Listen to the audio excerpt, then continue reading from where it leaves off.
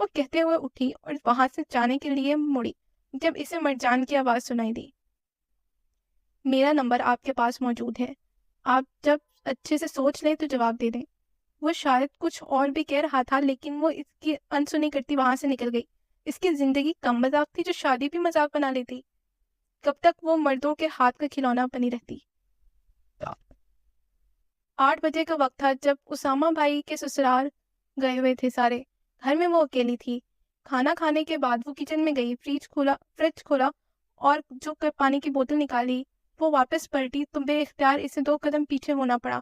سامنے ہی حمزہ اس کی نہایت نزدیک کھڑا ہوا تھا۔ اس کی دھڑکنیں خوف کے مارے تیز ہو گئیں۔ اس دن تو وہ دھڑلے سے اسے تھپڑ مار چکی تھی، اس کے بعد کا اندازہ وہ اب ہو رہا تھا۔ گھر بھی کوئی نہیں تھا اور حمزہ کے ارادے اسے ہرگز بھی ٹھیک نہیں لگ رہے تھے۔ اسے لگا تھا وہ بھی سب کے ساتھ ہوگا۔ وہ فوراً سائڈ سے نکلنے لگی لیکن حمزہ نے اس کی کوہنی سے پکڑ کر دیوار کی جانب دھکیلا اور دونوں بازو اس کی اطراف میں ٹکا کر کھڑا ہو گیا۔ اس وقت وہ پورے ہوش و حواس میں تھا۔ میرا کو معلوم تھا وہ چاہ کر بھی اس کا مقابلہ نہیں کر سکتی۔ تمہیں کیا لگا تھا تم مجھے تھپڑ مارو گی اور میں تمہیں ایسے ہی جانے دوں گا؟ وہ غرایا۔ میرا کی ریڑھ کی ہڈی میں سنسناہٹ ہوئی۔ آئی ایم سوری، پلیز مجھے جانے دیں۔ اسے جان چھڑوانے کا واحد حل یہی نظر آیا۔ نا نا نا نا نا، اتنی آسانی سے کیسے؟ ابھی تو بہت سے ادھار چکانے ہیں۔ اس نے انگلی سے ایک لکیر اس کے ماتھے سے تھوڑی تک کھینچی تھی۔ اس سے پہلے وہ مزید نیچے جاتی وہ ہاتھ چھٹک چکی تھی۔ حد میں رہے اپنے۔ وہ دھاڑی سینے پر دباؤ دے کر دھکا مار کے پیچھے کیا مگر وہ بمشکل 2-3 قدم ہی پیچھے ہوا تھا۔ وہ غصے سے آگے بڑھا اور اس کا منہ جکڑا۔ تمہیں تو آج بہت تمہاری اوقات بتاتا ہوں میں۔ ہو کیا تم آخر؟ ہمارے ٹکڑوں پر پلی ہو، مجھے اکڑ دکھاؤ گی؟ چند منٹ لگیں گے تمہاری اکڑ توڑنے میں۔ جواباً مرہا نے اس کے منہ پر تھوکا تھا۔ یہ اوقات ہے تمہاری میری نظروں میں جس نے اپنے گھر ہی کی عزت پر گندی نگاہ رکھی ہوئی ہے۔ حمزہ نے پے در پے کئی تھپڑ اس کے منہ پر جڑ دیے۔ وہ اپنا بچاؤ بھی نہ کر پائی۔ وہ ساتھ نازیبہ القابات سے نوازتا جا رہا تھا۔ پھر اس نے اس کے بالوں کو مٹھی میں جکڑا۔ دیکھتے ہیں کون بچاتا ہے یہ تمہاری عزت۔ وہ اس سے بالوں سے کھینچ کر ہی اپنے کمرے میں لے جانے لگا۔ چھوڑو مجھے ذلیل انسان، میں تمہاری بہنوں جیسی ہوں۔ وہ زاروں قطار ہوتے ہوئے چیخی لیکن مقابل تو نے جیسے کان لپیٹ رکھا تھا۔ چلتے چلتے اس کے ہاتھ ایک گلدان آیا۔ اس نے بغیر سوچے سمجھے پوری شدت سے گلدان اس کے سر پہ دے مارا۔ وہ کراہتا ہوا اپنا سر تھام گیا۔ یہی لمحہ تھا کہ مرہا کے پاس وہ بھاگتی ہوئی سیڑھیاں چڑھتی اپنے کمرے میں بند ہو گئی اور دروازہ لاک کر دیا۔ وہ مسلسل گالیاں دیتے چیخ رہا تھا۔ اس کی آواز اب قریب تر ہوتی جا رہی تھی۔ وہ اس کے دروازے پہ ٹھڈے مار رہا تھا۔ مرہا کی روتی روتی ہچکی بن گئی۔ وہ تھر تھر کانپ رہی تھی۔ اچانک پورچ میں گاڑی رکنے کی آواز آئی تھی، ساتھ ہی حمزہ کی جانب سے خاموشی بھی ہو گئی۔ اس نے بے ساختہ اللہ کا شکر ادا کیا۔ وہ مشکل 5 منٹ گزرے تھے جب دوبارہ اس کے دروازہ دھڑ دھڑ پیٹا جانے لگا۔ ساتھ ہی پھپھو کے بولنے کی آوازیں آ رہی تھیں۔ اس نے کانپتے ہاتھوں سے دروازہ کھولا تو پھپھو اس پر چیل کی طرح چپٹی تھی۔ میرے بیٹے کو اکسائے گی؟ وہ اس کو مارتی لعنت ملامت کرتی کھینچ کھینچ لے جانے لگی۔ میں نے کچھ بھی نہیں کیا۔ اس نے صفائی دینے کی کوشش کی تب تک وہ اسے کھینچ کر لاؤنج میں لے آئی تھی۔ صوفے پہ ایک طرف حمزہ بیٹھا تھا، منیب کھڑا اس کے سر پر ٹکور کر رہا تھا۔ یقیناً اس کا سر نہیں پھٹا تھا۔ اسامہ بھائی ادھر موجود نہیں تھے، شاید کہیں گئے تھے، جبکہ پھپھو کا انتقال کو کئی سال بیت چکے تھے۔ پھپھا کے انتقال کو کئی سال بیت چکے تھے۔ اسے آتے دیکھ کر وہ کھڑا ہو کر اس پر جھپٹا۔ مریم نے فوراً اسے پکڑ کر پیچھے کیا۔ مرہا نے اس کی آنکھوں میں اپنے لیے بے یقینی دیکھی تھی۔ اس کا دل کٹ گیا۔ حمزہ، اس کی آواز میں تنبیہ تھی۔ ماما، یہ عورت میرے آگے آئی تھی۔ جب میں نے اس کی ناجائز خواہشات پوری کرنے سے انکار کیا تو اس نے میرے اوپر حملہ کیا۔ وہ شاکڈ ہو گئی۔ گھٹیا آدمی، تمہیں خدا کا کوئی خوف نہیں؟ وہ چیخی۔ بکواس بند کرو۔ میرا بیٹا ایسا کیوں کرے گا؟ تم ہو ہی آوارہ، 2 نمبر ماں کی 2 نمبر بیٹی۔ امی، منیب نے بولنا چاہا لیکن انہوں نے ہاتھ اٹھا کر منع کر دیا۔ خبردار جب میری ماں کو ایک لفظ بھی کہا۔ وہ پھپھو کو دیکھ کر انگلی اٹھا کر دھاڑی۔ ماما، میں بتا رہا ہوں یہ کب سے مجھے اپنے چکروں میں پھنسانے کی کوشش میں ہے۔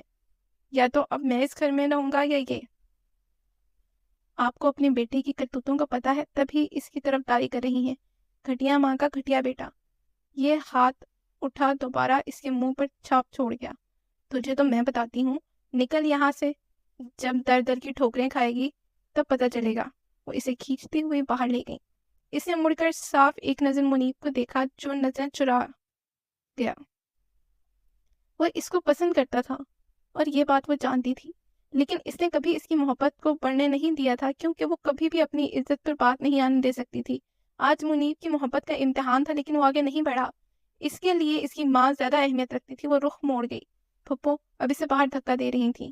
میں اس وقت کہاں جاؤں گی؟ پلیز مجھے رات یہاں رکنے دے، مجھے میری بہن کو ہی بلانے دے، اس نے منت کی تھی۔ جہاں بھی جاؤ میرا سر در نہیں ہے، اگر یہ دروازہ دوبارہ بجایا تو پولیس کو بلا لوں گی، بد کردار عورت۔ انہوں نے پھر دھمکی دی اور گیٹ بند کر دیا۔ شکر ہے اللہ نے مجھے بیٹی نہیں دی، یہ ان کے آخری الفاظ تھے۔ اس نے بے ساختہ شکر ادا کیا کہ اللہ نے انہیں بیٹی نہیں دی، ورنہ زلیل و خوار ہو جاتی ہو۔ میرا اپنے کب سے اس نے اپنے نام کی پکار سن کر اپنا آنسوؤں سے تر چہرہ اٹھایا۔ پیچھے زاویار کھڑا تھا۔ اس نے شرمندگی کا سامنا ہوا۔ زاویار نے آگے بڑھ کر اسے سر پہ ہاتھ رکھ دیا اور وہ پھوٹ پھوٹ کر رو پڑی۔ آپ جب تک چاہیں یہاں رہ سکتی ہیں، کسی چیز کی ٹینشن لینے کی ضرورت نہیں ہے، مجھے اپنے بڑے بھائی کی طرح سمجھیں، زاویار نرمی سے کہتے اپنے کمرے میں چلا گیا۔ وہ اسے زبردستی اپنے ساتھ لے آیا تھا۔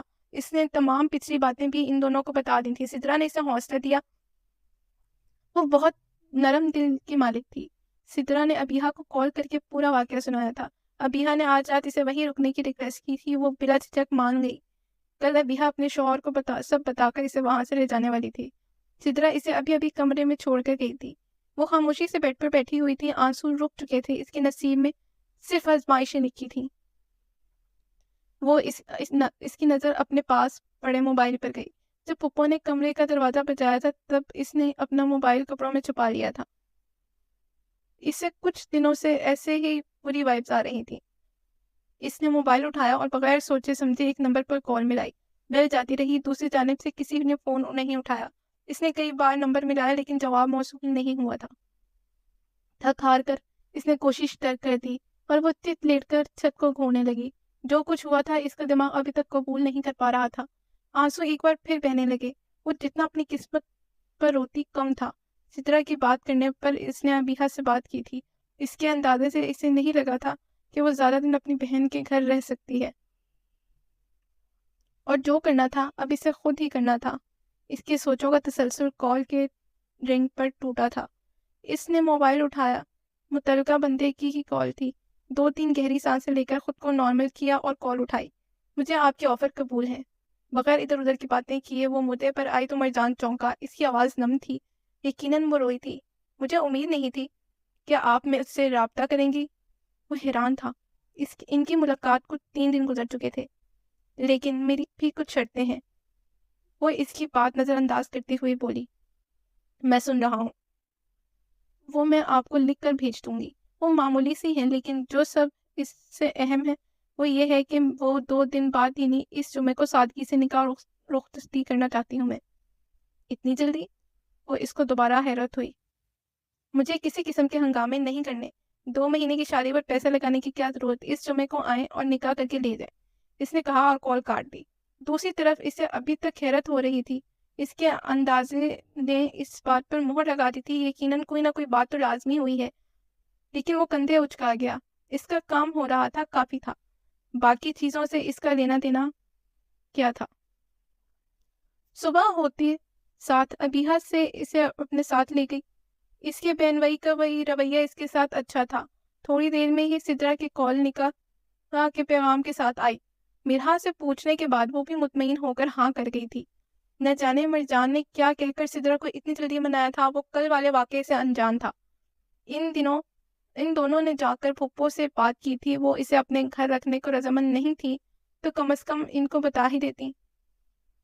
وہ لوگ آ کر اسے لے جاتے، یوں رات کو گھر سے نکال دیا۔ ابیہا اور ان کی بہت بحث ہوئی تھی۔ جب بات اسامہ تک پہنچی تو وہ بہت بھڑکا تھا۔ بے شک ان کے آپس میں بانڈنگ نہیں تھی، لیکن اس کے دل میں مرحا کے لیے سافٹ کارنر تھا۔ وہ تو مرحا کو خود لینے آنا چاہتا تھا، لیکن ابیہا نے اس کے نکاح کا بتا کر منع کر دیا۔ ابیہا کے کمرے میں گئی ابیہا اس کے کمرے میں گئی تھی اور اس کا تمام ضروری سامان پیک کر کے اپنی گاڑی میں رکھوا دیا، سوائے لونا کے پھپھو بلی کو پہلے ہی غائب کر چکی تھی۔ اسامہ نے میرا کی شادی کے لیے کچھ رقم دی تھی جو اس کے بہت اصرار پر نہ چاہتے ہوئے بھی اسے تھامنی پڑی۔ آج سادگی سے سدرا کے گھر اس کا نکاح تھا۔ وہ گھر سرخ رنگ کا جوڑا پہنے پور پور سجی دلہن بنی ایک کمرے میں اکیلی بیٹھی تھی۔ اسے لونا کی یاد آ رہی تھی، لیکن اگر وہ اس کے ساتھ ہوتی تب بھی وہ اس کے اپنے ساتھ نہیں رکھ سکتی تھی۔ تھوڑی دیر بعد اس کا نکاح تھا۔ یہ جوڑا مرجان نے بھجوایا تھا جو سدرا کے ساتھ جا کر وہ لے کر آیا تھا۔ وہ لوگ مرحا کو بھی ساتھ لے جانا چاہتے تھے، لیکن اس نے جانے سے صاف انکار کر دیا تھا۔ آئینے میں اپنا سجا سورا روپ دیکھ کر اس نے اپنا دل کو ٹٹولا۔ اسے کسی قسم کے جذبات نہیں محسوس ہو رہے تھے۔ یہ خالی پن اس کی رگ رگ میں سما گیا۔ جتنی بھی عورتوں نے ابھی تک اسے دلہن بنے دیکھا تھا، ڈھیروں تعریفیں اور دعاؤں سے نوازا۔ کیا یہ دعائیں اس کے حق میں قبول نہیں ہونی تھیں؟ یقیناً نہیں، اس نے تلخی سے سوچا۔ کمرے کا دروازہ کھلنے پر وہ چونکی۔ سدرا اور ابیہا اندر داخل ہوئیں۔ انہوں نے اسے صوفے پر بٹھا کر چہرے پر آدھا گھونگھٹ ڈال دیا۔ چند لمحوں بعد زاویار اور سکندر اس کے بہن بھائی مولوی کو لے کر اندر داخل ہوئے۔ وہ ان دونوں میں اتنا روئی تھی کہ اب سوچ دیا تھا کہ مزید آنسو نہیں بہائے گی، لیکن نکاح نامے پر سائن کرتے آنسو خود بخود بہتے چلے گئے۔ مگر نکاح نامے پر دستخط کرنے کے ساتھ اس نے اپنے آپ سے عہد کیا، اب وہ مزید کسی مرد کے ہاتھوں کا کھلونا نہیں بنے گی۔ اپنے لیے زندگی جیے گی۔ یہ آخری بار تھا جو اس نے آنسو بہائے تھے۔ سب باہر جا چکے تھے۔ شاید مرجان سے رضامندی لی جا رہی تھی۔ تقریباً آدھے گھنٹے بعد بھی باہر مرجان کے پہلو میں اس کی بیوی کی حیثیت سے بیٹھی ہوئی تھی۔ وہ خوش لگ رہا تھا، لیکن وہ خوش کیوں تھا؟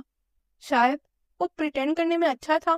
اس نے اپنے لبوں پر جھوٹی مسکراہٹ سے ڈالی۔ وقت اور حالات نے اسے ایسے ویسے بھی سکھایا تھا، لیکن یہ اب ماہر بن چکی تھی اپنے تاثرات کو چھپانے میں۔ مشل اس کے پاس آ کر بیٹھی۔ وہ اس کی مومانی بننے پر بہت خوش تھی۔ اس کو دیکھ کر وہ بھی خوش ہوئی۔ جتنا بھی اداس انسان کیوں نہ ہو، ایک چھوٹا سا بچہ اس کے چہرے پہ مسکراہٹ لانے کا ہنر رکھتا ہے۔ مشل اس کی گال پہ کس کرتی تھاک گئی۔ وہ ہنستی۔ کانٹریکٹ یاد ہے نا؟ اس کی بات پر وہ اس کے مسکراتے لب سمٹے۔ اس نے چہرہ موڑ کر اسے دیکھا۔ سفید شلوار قمیض پہنے وہ قدرے اس کی جانب جھکا ہوا تھا۔ یاد ہے؟ وہ نظریں پھیر گئی اور مسکراہٹ لبوں پر سجا لی۔ وہ بھی مطمئن ہوتا پیچھے ہو گیا۔ مرحا کی مسکراہٹ ایک بار پھر سمٹی تھی۔ ہاں، وہ منیب ہی تھا جو چلتا ہوا اس کی جانب آ رہا تھا۔ اسامہ بھائی اور پھپھو نے نکاح میں شرکت کی تھی۔ پھپھو کو تو شاید زبردستی لایا گیا تھا، وہ ان سے نہیں ملی تھی۔ منیب چلتا اب بالکل اس کے سامنے رک چکا تھا۔ مرحا دل ہی دل میں اس کی خاموش رہنے کی دعا کر رہی تھی، لیکن اس کو بولتا دیکھ کر اس کا دل ڈوب کر ابھرا۔ آئی ایم سوری مرحا، میں تمہارے لیے سٹینڈ نہیں لے پایا، لیکن اب میں مزید کسی کی نہیں سنوں گا۔ تم پلیز میرے ساتھ چلو، میں تمہیں بہت خوش رکھوں گا۔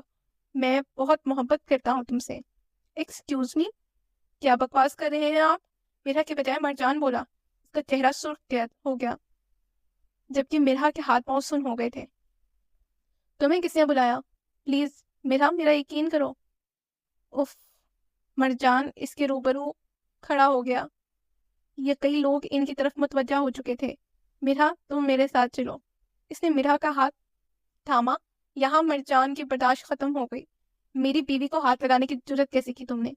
مرجان اس کا وہی ہاتھ موڑ چکا تھا، لیکن دوسرے سے اس کا گریبان تھاما اور وہ دھاڑا۔ مرحا بھی کھڑی ہو چکی تھی۔ مرحا نے اسے دیکھا۔ 2 منٹ پہلے تک وہ اسے یاد کروا رہا تھا کہ یہ صرف کانٹریکٹ میرج ہے۔ اگلے ہی لمحے وہ کیسے اتنے حق سے اسے میری بیوی کہہ رہا تھا؟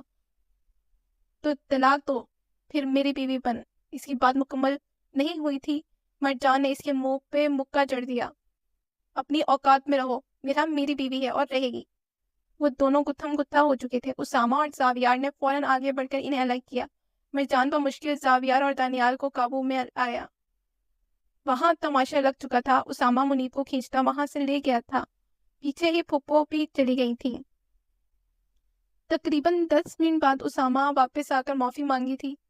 پھپھو نے تو وہ بھی گوارا نہیں کیا۔ مرجان کا غصہ سوا نیچے پر تھا۔ سب مہمان رخصت ہو چکے تھے۔ مرا کو ابیہا اندر ایک کمرے میں لے گئی تھی، جبکہ سدرا اور مرجان الگ کمرے میں تھے۔ دانیال اور زاویار باقی مہمانوں اور کیٹرنگ والوں کو رخصت کر رہا تھا۔ مرجان بہت اچھی اور حیا والی ہے۔ آج والے واقعے کے بعد کسی ایرے ویرے کی بات پر یقین کر کے تم اس کے کردار پر شک نہ کرنا۔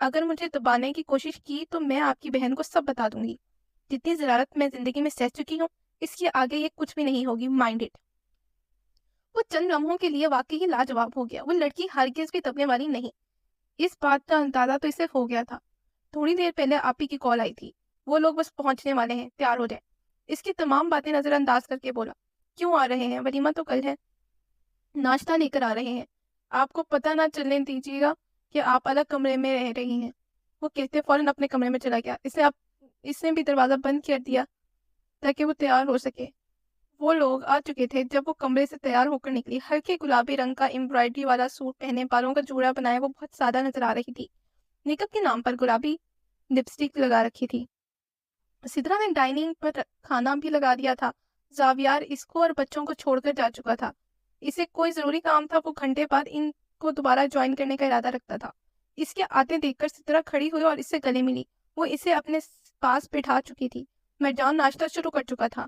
اب وہ پہلے سے اکثر مختلف فلیے میں تھا. بلو جینز پر وائٹ ٹی شرٹ پہنے وہ فریش نظر آ رہا تھا. تم اس کمرے سے کیوں نکلی ہو؟ سب سے پہلا سوال سدرا نے وہی کیا تھا. مرجان کے حلق میں نوالا پھنس گیا. میرا سامان اس کمرے میں تھا, بس تیار ہونے گئی تھی. اس نے مسکرا کر اپنی پلیٹ پر پراٹھا رکھا. مرجان وہ پاس کی تھی گا. بات کے آخر میں وہ اسے پکار بیٹھی. شیور. اس نے انڈے کی پلیٹ اس کے سامنے کی جسے وہ تھام گئی. میں نے میرا کا سامان دوسرے روم میں رکھوایا دیا تھا تاکہ بعد میں وہ اپنے حساب سے سیٹ کر لے. مرجان بولا تاکہ سدرا مطمئن ہو جائے. کل کے ارینجمنٹس فائنل ہیں؟ سدرا نے خود ہی ٹاپک بدل دیا. بہت مشکل سے ارجنٹلی مارکی بک کروائی ہے. آپ کا دوست کا ایک ریفرنس ہے. آپ کو تو معلوم ہے میرا سرکل کتنا بڑا ہے. کسی چیز کی کمی افورڈیبل نہیں. وہ دونوں بہن بھائی کل کے فنکشن کی گفتگو میں مصروف ہو چکے تھے. وہ خاموشی سے ناشتہ کرتے ان کی باتیں سن رہی تھی. ولیمے کا فنکشن بہت بڑے پیمانے پہ ہوا تھا. مرجان کا سرکل واقعی بہت وسیع تھا. وہ اسٹیج پر اکیلے بیٹھے ہوئی تھی. لیونڈر کلر کی گھیردار میکسی جس پر سلور کلر کا کام تھا پہنے وہ کسی گڑیا کی مانند لگ رہی تھی. موقع کی مناسبت سے میک اپ کیے, بالوں کے فرنٹ سے ڈبل ٹوسٹ کر کے رکھے ہوئے تھے. باقی بال کرلز کی دونوں جانب سے آگے کیے ہوئے تھے. سرمئی آنکھوں والی مرجان خان کئی لوگوں کو نظر کا حصار بنی ہوئی تھی. مرجان یہاں سے وہاں پھرتا, کبھی کسی سے مل رہا تھا کبھی کسی سے. بلیک ٹیکسٹ اور بلیک لوفرز پہنے وہ بہت ہینڈسم لگ رہا تھا. کلائی میں راڈو کی گھڑی پہنے, بالوں کو جیل کی مدد سے سیٹ کیے, ایک ہاتھ جیب میں ڈال کر وہ کسی کی بات پہ مسکرا رہا تھا. میرا نے نظریں پھر سدرا اور ابیہا کو ڈھونڈ رہی تھی. اسے چاہا لیکن اس کی آنکھیں ایک منظر پر ٹک گئیں. وہ چلتا ہوا اس کی جانب آ رہا تھا. وہ یہاں ہر شخص کی موجودگی کا گمان کر سکتی تھی سوائے اس کے. حمزہ سٹیج پر چڑھتا اس کے سامنے آ کھڑا ہوا. اس کی سانس حلق میں اٹک گیا. وہ بے اختیار کھڑی ہوئی گئی. جب منیب تماشا لگانے سے نہیں ہچکچایا تو پھر حمزہ تھا. وہ یہاں کیوں اور کیسے تھا وہ نہیں جانتی تھی. کیا پھپھو بھی آئی تھی؟ اسے بالکل امید نہیں تھی وہ لوگ آئیں گے. خوف سے اس کا چہرہ پیلا پڑ چکا تھا. اتنے بھرے مجمع میں وہ اپنی عزت کا کباڑا نہیں کر سکتی تھی. ہیلو کزن ڈیئرسٹ, وہ کمینی مسکراہٹ کے ساتھ بولا. وہ کچھ بول بھی نہ سکی. ہاٹ لگ رہی ہو. وہ ایک قدم آگے بڑھا. بکواس بند کرو. وہ غرائی. ہاں سویٹ ہارٹ, اتنا غصہ اچھی بات نہیں. اس سے پہلے وہ اس کا جواب دیتی اس کے پہلو میں آ کر کوئی کھڑا ہوا تھا. پھر اس نے اپنے کندھے پر حصار محسوس کیا. اس نے چہرہ موڑ کر دیکھا. وہ مرجان تھا. اس کے علاوہ اور کون ہو سکتا تھا؟ وہ اس کی جانب نہیں دیکھ رہا تھا. اس نے اپنی نظریں حمزہ کے چہرے پر گاڑ ہوئی تھیں. آپ کی تعریف. مرجان کے چہرے پر مسکراہٹ تھی لیکن آواز نہایت سرد تھی. حمزہ مرحا کا کزن. اس نے ہاتھ آگے بڑھایا لیکن مرجان نے نہیں تھاما. وہ اس کے رخ پر کھڑا تھا. کوئی حرکت نوٹ نہ کر پایا. حمزہ کا چہرہ پھیکا پڑا.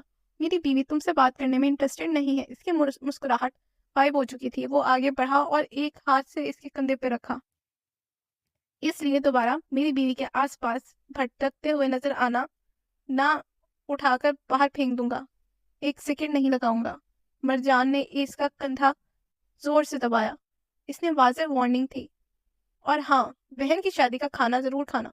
اس نے لبوں پر تپا دینے والی مسکراہٹ سجائی. وہ سرخ چہرے کے ساتھ پلٹ کر مارکی سے نکلتا چلا گیا. مرجان میرا کا ہاتھ تھام کر اسے واپس بٹھا چکا تھا. اس نے ویٹر سے ان کے آگے کھانا لگانے کا کہا۔ مرحا نے اپنے ہاتھ کو دیکھا جو اس کے انجان میں تھام رکھا تھا۔ اس نے آہستگی سے چھڑوا لیا۔ اوہ سوری، وہ محسوس کرتا ہوا بولا۔ وہ بس ہلکا سا سر ہلا گئی۔ رات واپسی پر ان کے درمیان کوئی بات نہیں ہوئی تھی۔ آتے ساتھ وہ دونوں اپنے اپنے کمروں میں چلے گئے۔ سکون بھری نیند لینے کے بعد اب وہ اٹھ کر تیار ہوئی تھی۔ اب اس کو شاید بھوک لگ رہی تھی، تبھی اس نے اپنا رخ کچن کی جانب کیا۔ وہاں مرجان پہلے سے کھڑا تھا۔ وہ پہلی چٹھی سے لگ چکا تھا کہ لیکن پھر گہری سانس خارج کرتی اندر داخل ہو گئی۔ اس نے سلام کیا تو وہ چونک کر پھر سلام کا جواب دیتے وہ سینڈوچ کھانے لگا۔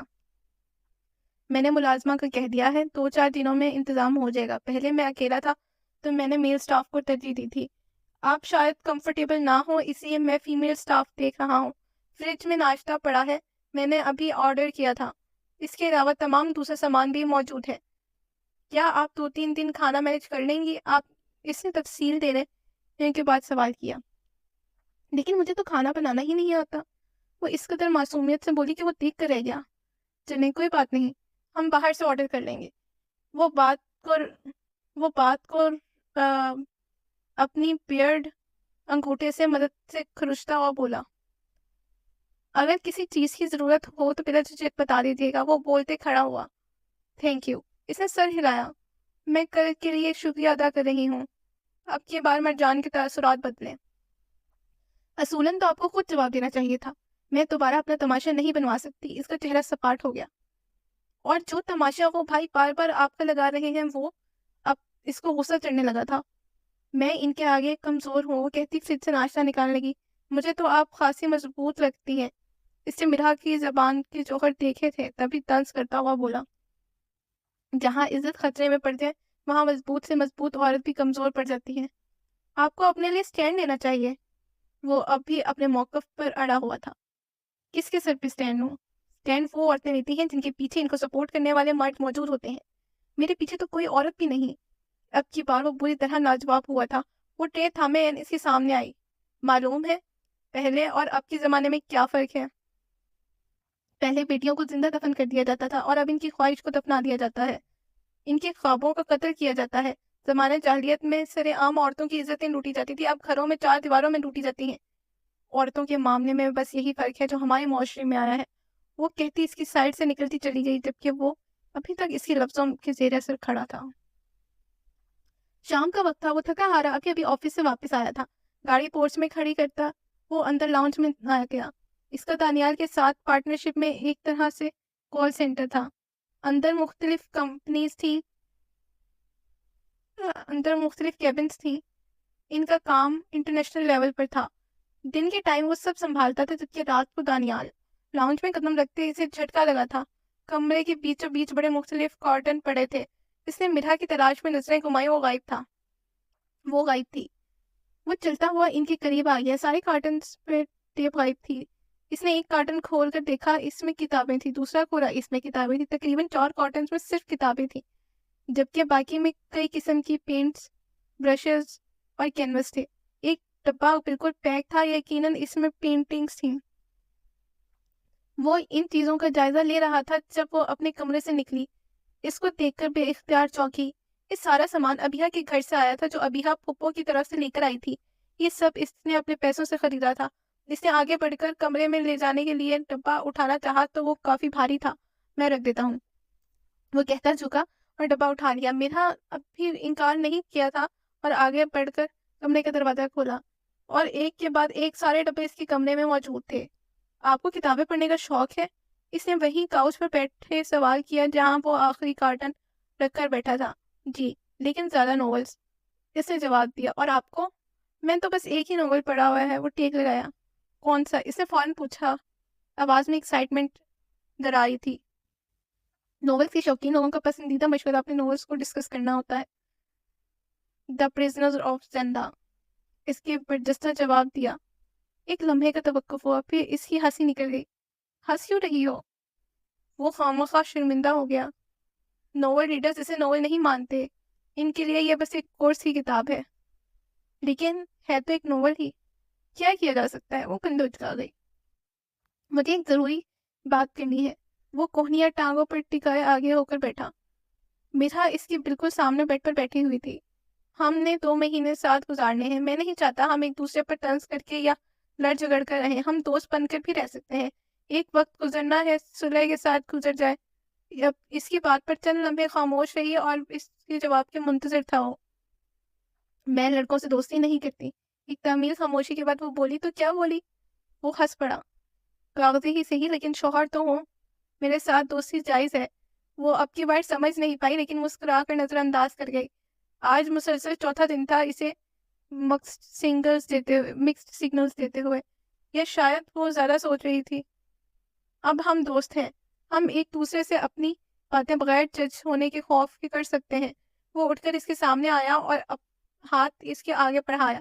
اس نے جھجکتے ہوئے ہاتھ تھاما اور ساتھ ہی واپس کھینچ لیا. وہ کمرے سے نکل گیا لیکن ایک لمحے کے لیے دروازے پر رکا. آپ نے صبح کہا تھا اسٹینڈ صرف وہ عورتیں لے سکتی ہیں جن کے پیچھے سپورٹ کرنے والے مرد ہوں. اگر آئندہ کے بعد آپ نے ان میں سے کوئی بھی بدتمیزی کرے تو مجھے بتانا. میں ان کو ان کے انجام تک پہنچا کر آؤں گا. آخر دوست اتنا تو کر سکتے ہیں. وہ کہتا رکا نہیں، فوراً نکل گیا لیکن اس کو بہت کچھ سوچنے پر مجبور کر گیا.